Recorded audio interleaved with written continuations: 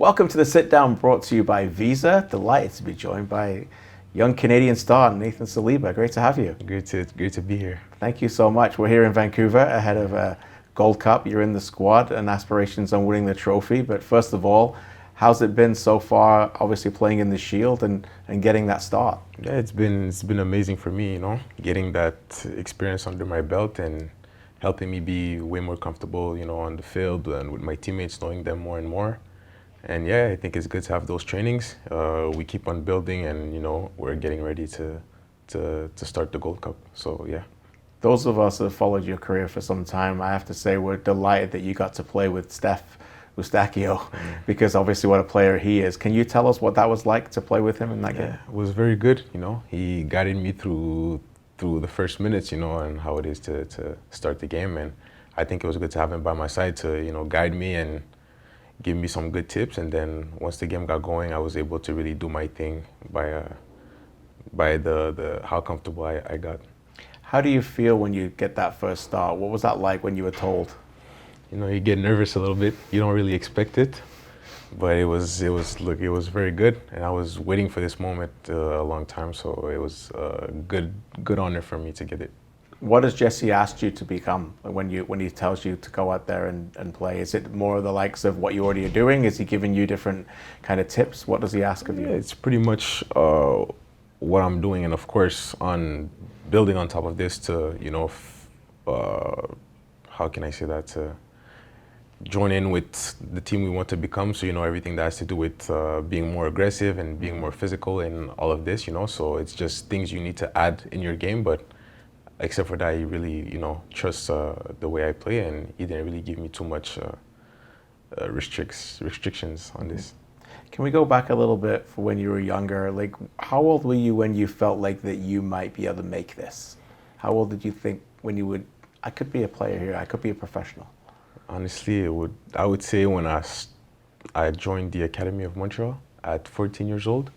This is when I maybe told myself that it could actually, get serious. And when you get into an environment like this, you start comparing yourself to people in these environments, and you see people in Europe signing professional at 15 or 16, and you tell yourself this could be you. So yeah, this is probably when I started thinking about it seriously. But you came from a football family too, no? Yeah, my dad used to play back in his days. My older brother also played in his younger days. So yeah, it was always running in the family. That's fantastic. So you signed obviously for the academy. In fact, I think I did the game where you got named on the bench in the Champions Cup in 2020. Yeah, 2020. Yeah. What was that like? It was a great. It was 2 weeks into the signing of it, so it was very new, everything going on. But I think it was an amazing experience to understand how it is in the professional level and see how grown men and professional athletes handle the pressure and everything. So it was a good experience. You talk about grown men. You're not that long then getting into Thierry Henry. Yeah. As a coach. What was that like? I didn't really get to have him a lot. I heard a lot of stories, but from what I saw, he was, pretty strict. He knew what he wanted from us, and, it was good as a young player to experience this and feel a kind of pressure in training, so it was good. We talked earlier about Stefan Ertz and the role he has and the ability to mentor you and play with, obviously, at midfield in that position. What's Sam Piette been like for you in Montreal? Honestly, I could say a bit the same. I've been with him ever since I signed, so I've been looking at him and taking tips from him day and night, every day, training and games. So he's really been a good leader, a good older guy to guide me through everything and give me good tips and just help you be comfortable so you can show what you actually have as your qualities. And it feels like that you've worked a lot on your defensive side of the game without the possession. Is that true over the last 12 months or so? Yeah, for sure. I know ever since I came on my first camp, this is something Jesse told me a lot about. He told me, especially with the way we used to play with Montreal and even now playing a lot with the ball. And, the defensive side is something I knew I had in me, but I could still upgrade a lot. And I've been working on it a lot. And Jesse's been pushing me for it. So I think it's great for me to add this in my game.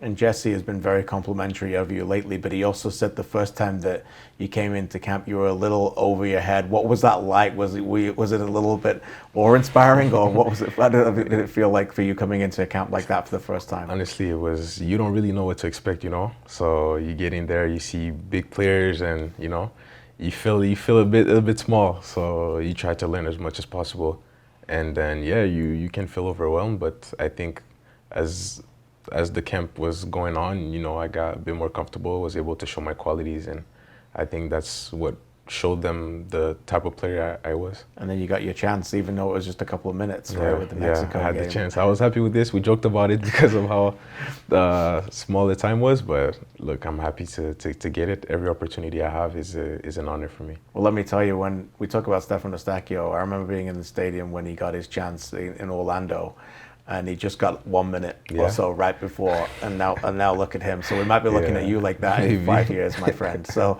how big of an honor is it to represent Canada now in this Gold Cup squad, and with Steph being out at the Club World Cup, how excited are you to feel like that you can take on a bigger role? Yeah, it's exciting always to represent the country, and even more in a big competition like this. You know, it's my first competition, especially with the national team. So yeah, very excited if I'm able to, you know, pick up some more minutes and be a more important role for the team. I'm ready for it, and ready to show my qualities. I saw you recently at the Canadian Championship. We had a little bit of a chat in Hamilton, and then obviously you go back to Montreal. It hasn't been ideal, but that's football. No, sometimes you have difficult seasons. What's that been like, remaining that positive attitude during some of those moments? I guess it's character building. Yeah, it is character building, and honestly, we have a super young team, so you know, it's stuff we need to go through to.